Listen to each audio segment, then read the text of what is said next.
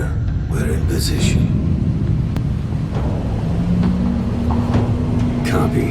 Stand by.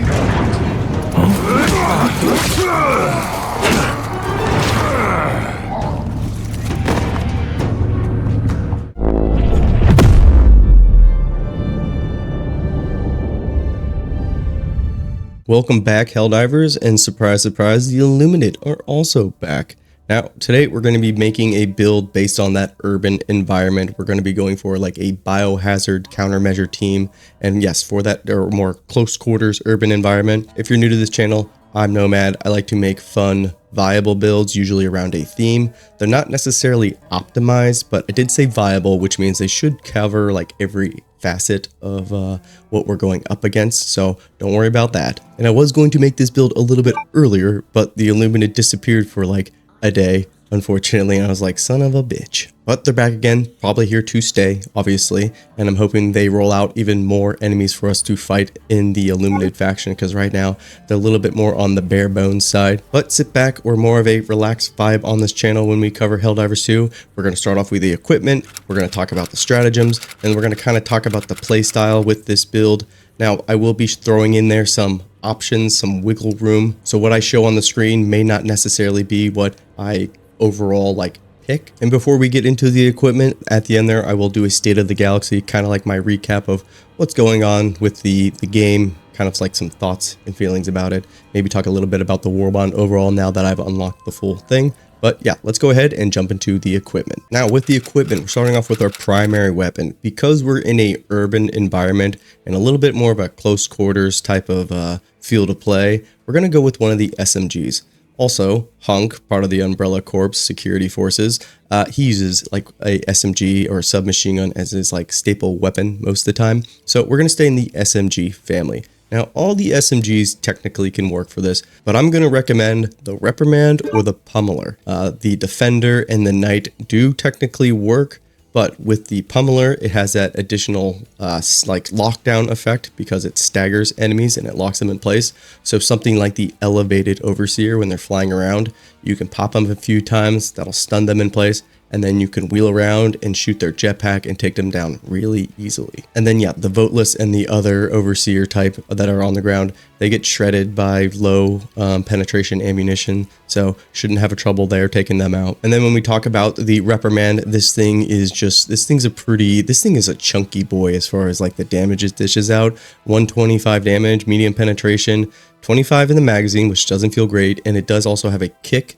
And obviously to mitigate that kick, it's obviously better to aim down sights and it's much more manageable. But this thing absolutely shreds through the Overseers. You don't have to worry about, you know, dumping more than like half a mag into them if you are accurate. And so why I'm not really recommending the other two SMGs is just because the Defender, although it's very solid, very good, it can be a little annoying fighting the Elevated Overseers with that. And then the Knight, the recoil and the rate of fire, it does work. It's not really my playstyle. I like the fact that the Pummeler has that lockdown effect. It's got light armor penetration, but again, that lockdown effect, being able to wheel around, hit the jetpack, yeah, I think that feels really nice. Kind of like it's when all the pieces fall in place, it feels like pretty special to like pull that off. So that's why those are my primary weapons. That's what I recommend. And now for the secondary, I think anything in the pistol category works. The two that I'm going to point out is the Peacemaker and the Senator. It's more like kind of like a Resident Evil build too, because we're dealing with zombies. So like the regular Peacemaker, kind of like your standard issue handgun there. I think it works really well, especially for taking out Voteless. I think it's pretty solid, and like because it's not something like the Verdict or the Redeemer, you have like a little more wiggle room with your ammo economy as far as 15 rounds in those magazines feels a lot better than the 10, especially if you miss a few times. And then the Senator, just a high-powered Magnum. That thing feels really good just in general, especially if you shred an Overseer with it. And then also that heavy penetration ammunition, you can technically take out a Harvester as well, but I wouldn't recommend exactly doing that. And yeah, I forgot to mention with the Reprimand there real quick, that medium armor penetration, it can take out a Harvester if you shoot it in the leg joint. That is my recommended weak spot. I know people like to shoot these things in the face, but again, I think that leg joint is much actually easier to hit. And then it has that potential to just one-shot them with something like a rocket launcher. All the rockets one-shot that area. And if you shoot them in the face, sometimes it takes another rocket or two. But heavy and medium armor penetration can take out that leg joint pretty quickly. And then moving on to the grenade. So I kind of downplayed how good, I guess I didn't talk enough about how good the gas effect is just as a crowd control tool. And in these street environments with these, narrow streets where the enemies tend to funnel, the gas grenade is fantastic. It does an excellent job of wiping out an entire pack of zombies. It confuses the overseers so you can get around to those weak spots or just gun them down outright. So my recommendation is the gas grenade 100% for these urban environments. Now, the impact grenade or one of the explosive grenades is a good option too, because there are those Tesla towers that will shock you. And if you don't have a structured damage dealing weapon or toolkit, you can't hurt these things. You're shooting at them with like the kit that we already have been talking about, the SMGs or the handgun. It's not gonna do anything against it. So the impact grenade or one of the other explosives is also something that works for this kit that might round it out a little bit better. But my top recommendation is that gas grenade. Now moving on to the armor perk. Oh man, I feel like with this patch we've gotten some pretty good changes to the armor perks to make them a more, I would say, viable, more exciting to actually talk about. So we got the new urban one, which gives you more primary weapon. It also gives you more ammunition for your secondary and your stratagem weapon. Doesn't say that in the tooltip though. And it also helps out with their reload. So this thing is actually, this armor kit is actually perfect for this build, and it looks sick as hell with that urban camo. So that's one of my recommendations. And the other is the arc resistance armor. I had talked about this pretty poorly in my warbond review with the cutting edge and saying that this armor perk was kind of a meme. Now with the Illuminate, because they have those Tesla towers, they also have the watchers, their little drones. They will also shock you. And then the harvesters, their close quarters, their close range, their weapon there is also like an arc bolt. This makes it a total joke and a cakewalk. You can put on this armor, you can walk up to a harvester with a flamethrower or just like a shotgun or anything like that and take these things out, no problem. I'm a fan of how the light armor variant works, but again, all of them work. So either the urban kit there that we got from the new warbond or the arc resistant armor perk kit. Those are my recommendations for this build. And now we can move on to the stratagems. So first up with the stratagem weapon that we're going to pick, we're going to take the commando. In every Resident Evil game, you usually get a rocket launcher, and the 4 rocket pod commando is usually the go-to. You get it in the first one, you get it in the second one, you get it in the third one as well. This rocket launcher is everywhere in the Resident Evil franchise, so it only makes sense to put it in this build. Now, what's great about this stratagem is it's got a low cooldown, but also, again, that 4 rocket pod. So you can rapidly fire 4 rockets and guide them as well. So with a little bit over a longer range, because there's actually a lot of field of view in these urban maps, especially if you're in like a more elevated area where you can see pretty far across the map, especially if you can like spot a harvester and you can shoot this thing from a long distance before it gets its shield up. And so the way to really play with this thing is, if you see a harvester, make sure that shield is down or you destroy the top emitter or the bottom one as well. You can shoot this thing in the joint one shot and kill it, which means you can take out 4 harvesters if you play like perfectly with just one stratagem. And by the time that's over, the commando is going to be up again. So this is actually what I would also use to take out those Tesla towers, because I haven't really found too many cases where I'm running into like 4 harvesters at once or something like overwhelming. I think the most I've seen so far, and we're talking about tier 10, is like 3 at once. And you have teammates, it's not a solo build. But I've never had a problem with using the commando to take out Tesla towers and harvesters. So that is basically the entire field already covered with this build, because your equipment is more than suitable for taking out the overseers and the zombies, and then the commando is excellent against the harvesters. And there's a little bit of a debate, maybe not a debate, but people always say, or there's the discussion of shooting the harvesters in the eye or the face. You can do that. That totally works. You know, if we're talking about like we're splitting hairs here, but I do find the leg joint the better spot to shoot because it's more consistent with that one shot.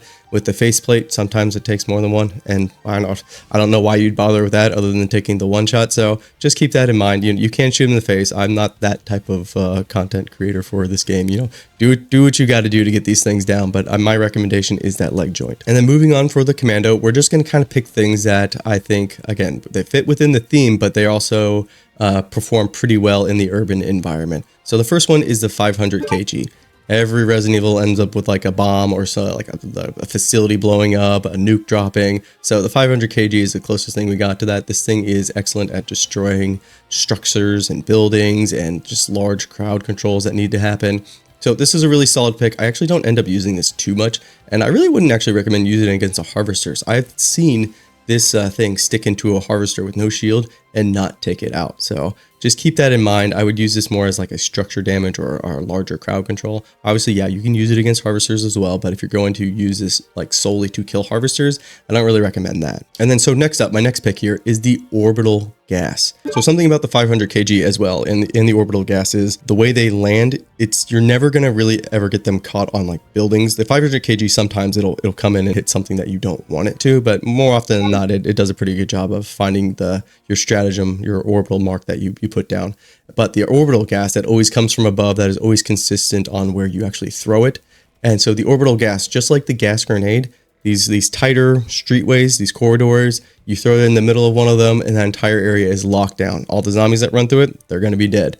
The overseers, they're going to be disoriented, making them easy targets. Sometimes they'll just die outright. So this is an excellent stratagem. This thing also destroys their warp ships that are on the ground. You just throw it right under it, and just like the precision or the railgun or something like the rail cannon, this thing will one-shot it, and it has a very short cooldown as well. So this thing is doing structure damage, and it's also doing great crowd control on a low cooldown. The gas orbital is insane right now, and I don't know if I see enough people using it or talking about it, but yeah, this thing is like fantastic at the moment. And so for the last stratagem pick here, I want to stick with something that's going to be good again in this urban environment. I think the Eagle Strafe and Run is really good at just, again, straight line, straight down the streets, really good at clearing out just entire packs really easily, and also damaging shields on warp ships and stuff like that. And those bullets do structure damage, so you're getting a little bit there. In 5 uses, you can just liberally use these as many times as you want, and you're not going to have a problem. My next one is the rocket pods. These are just kind of fun to use. They're pretty consistent at hitting the whatever target you want with the 3 volleys. So those are fun to throw at harvesters. But again, this last spot here is more of a flex pick, more of what you want. So now we can move on kind of like to the overview section here. And so looking at the overall kit, the equipment and the stratagems, we are focusing on getting the mission done, the objectives. We're like perfectly kitted out to go into these urban environments, hang around, the raise the flag or destroying warp ships. We're perfectly equipped to do all of that. So kind of how you want to play is just being right into the thick of things. You know, not all builds you want to be in the middle of like the chaos. This build you do. The SMG, it's going to perform for you, taking out voteless, taking out overseers. If you're using the pummeler, yeah, there's a little bit of finesse with it, but it feels really good, again, to kill those elevated overseers. If you tap them a few times in the front, you wheel around to shoot them in the jetpack, ooh, they go down so quick. And then you got your sidearm there. Admittedly, it's just kind of to complement already taking out more zombies and sometimes using them to kill the overseers. I actually do use the Peacemaker a lot of times just to take out packs of zombies because they're not that threatening, and it's kind of it's a good use of that ammunition, although ammunition in these maps is pretty abundant. I don't really feel like I've ever run out of ammunition. But yeah, for voteless that are just kind of lingering around, I do like to use my sidearm. Kind of gives you that zombie survival feel. And then you got your gas grenade there for heavier crowd controls to lock down areas. It's fantastic at that. And then with the armor kits, yeah, you got the choice between basically being more efficient with your primary weapons and having more ammunition for your sidearm. Now, I didn't mention it, but yeah, you don't really get that benefit of, I guess it's kind of, maybe it's a bug, I don't know, where the urban perk, where it gives you more ammunition. Yeah, that doesn't do anything for the commando. So admittedly, you're not getting the most bang out of your buck for that. But with the arc resistant armor, yeah, that's for definitely being up close versus these arc weapons that the Illuminate have, and it's really fantastic overall for survivability. And then with the stratagems you got, yeah, the commando, it's excellent at taking out harvesters. I use it also to take out those Tesla towers. And then for structures, you have orbital gas as well. You have the 500 kg, you have your flex spot there, so you are completely covered overall with whatever the Illuminates are throwing at you. So that's the build overall. Let me know how you guys would make kind of this like biohazard containment team. Now, I know it'd probably be very tempting to put in fire, but these are the guys, this build that I was thinking, these are the guys that go out and in there like get the important samples, they get out the VIP, they get out the data, and then obviously that purifier, more flame, scorch earth team, that's when they would come in. These are the guys that head in ahead of time. So just know, yes, I kept fire in mind, but again, more of that hunk style build from Resident Evil. So a little bit with the state of the galaxy. My thoughts on the Illuminate overall, they are insanely fun to fight. Just at first, I mean, they're kind of like giving us that that zombie feel. This game has like everything as far as like that I've always wanted to fight. You know, we have like the Zerg Tyrannid with the Terminids. We have like the Terminator faction, Skynet with the automatons, and now we have this like squid-like Protoss advanced alien race that also has space zombies. So like, oh my god, this game's a dream come true essentially. Now the Illuminates, admittedly, they are a little lacking in their forces because we have the Voteless, we have the 2 Overseer variants, we have the Watcher, and then we have the Harvester. It's only 5 units. This is obviously not their full force, so I'm excited to see what comes out next for them. I think they need a truly massive target. I don't know if the Harvesters really count as massive because of how many weapons can take them out like almost like instantly. Like the medium armor penetration is more than enough to take these suckers down if you're aiming correctly. So something like the Recoilless and other rocket launchers, almost like a little overkill in general. But overall, having a fantastic time fighting them. The urban environments, I love the cities. I love this feel. This is kind of like this update basically scratched off 2 of my wish list things for the game when I made a bit list like very early on in this channel, where I wanted a Warthog. We got that. I wanted like different biomes as far as like a cityscape. We got that essentially now. So that's 2 down. The next thing I'm looking for is some sort of like underground or huge interior type of map. I don't know how they would do stratagems there, but yes, very happy with this update so far. But at the moment, yeah, Illuminates are really fun to fight. Now the warbond, this is an interesting warbond because again, I mostly like primary weapons. And then yeah, with this warbond, we only got the batons. Now to pair this with peak physique, the Viper Commando perk, to get that 100% melee damage, you have to actually use the actual melee button, not the primary fire button. So if you have the Constitution out with the bayonet and how you melee with that button, that's the button you use when you have a baton out to get that full 100% damage bump. If you use just like your regular trigger button when you have the melee weapon out and just start swinging, it's not going to get that bump. So a little bit of a, you know, coding error there or something. I don't know how easily that'll be for them to fix, but that's not working as intended. If you've seen that and be like, I can't tell the difference, that's probably why. And then everything else with the warbond, the armor perk, I really like the armor perk. I hope they don't change it to actually reflect how it is described. I like that it gives you more stratagem and secondary ammunition. And as far as the stratagems go, the deflector shield, kind of not the biggest fan of that. And the flame turret also, I like it a lot. It's really effective. Chargers destroying it is kind of annoying, but I think it's overall a pretty good stratagem weapon. The big ticket item is that anti-tank turret. Dude, we're like heavy artillery. Like you can actually be the heavy artillery now. It gives me a lot of like Warhammer vibes with Imperial Guard and like how they, like their strongest asset, which is like their artillery. So you can kind of be like that. And I may be thinking about a Imperial Guard build eventually, soon enough. Yes, that thing is absolutely a monster, especially if you get it on high ground or somewhere with a lot of like a big field of view. Yeah, that anti-tank turret, oof, so good. Takes a little bit of time to wheel around, so I don't think it's completely busted, but it's it obliterates things. But yeah, that's my thought on the update overall and the warbond. I think the warbond's pretty decent overall. I think it's somewhere like middle of the pack. I kind of would like some primary weapons, but oh well. Coming up next, I do have like 2 builds I want to try to get out before the end of the year. I'm going to be gone during Christmas, but I want to have a video basically done and that just uploads next week, so not leaving you guys hanging. And my next builds are basically just going to be tailored towards the Illuminate. I've been having fun with like basically these 3 different styles I've been playing with, and they're styles that I really haven't been able to enjoy with the other 2 factions. So I'm like I'm really excited to talk about them and get them together, but I'm also like kind of a slow channel as well. But anyways, that's the end of the video. That's done with the rant. If you'd made it this long, thank you very much. I appreciate you a lot, Helldiver. And yeah, I'll see you in the next one. Peace and take care.